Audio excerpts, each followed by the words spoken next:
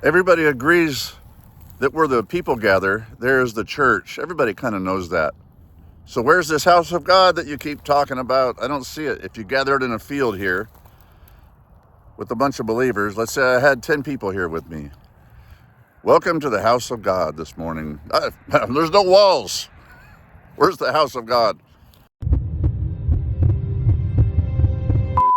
Everybody admits where the people gather, there is the church. It's not the building.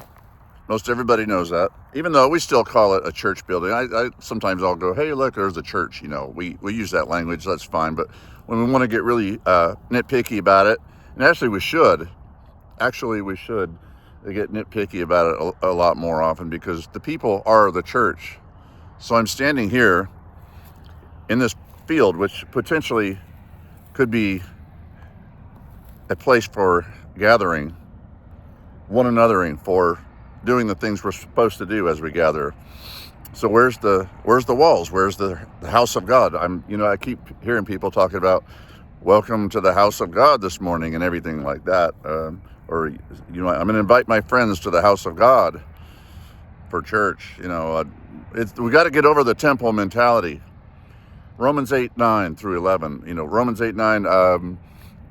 Whoever does not have the Spirit of God is none of his. Look at verse 11 at the end.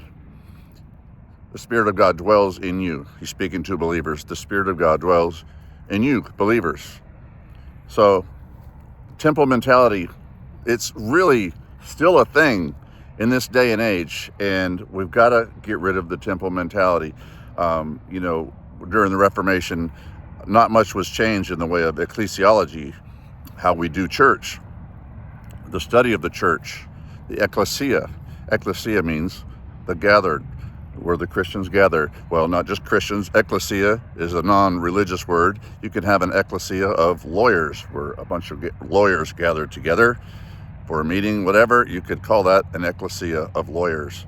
So ecclesia is not just a Bible or spiritual word. So my point here today in this field is to make a point. My point is to make a point. There is no walls here.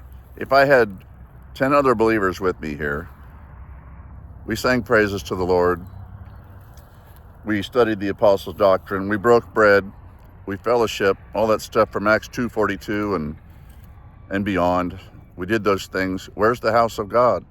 It's just not here. The temple mentality has got to go.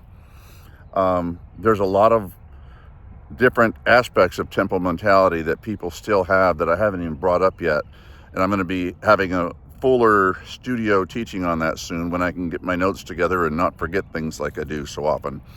For now, I just wanted to make this point really clear, that your church building and that church building over there for somebody else is not the house of God. It's not the temple. That he dwells within believers now. Check out Romans 8:9 through 11. There are plenty other scriptures saying the same thing. I'm going to put them right there. Take this moment to savor those scriptures, because there they are. And it's not just the direct ones that say it like that, but there are other indirect scriptures. So where's the house of God? It's not here. It's not there. It's inside of us. Every believer who's a true believer has the Spirit of God if they are born again. Take a minute to just take that in. Thanks for watching. This is Shane, the Street Theologian. We'll catch you next time.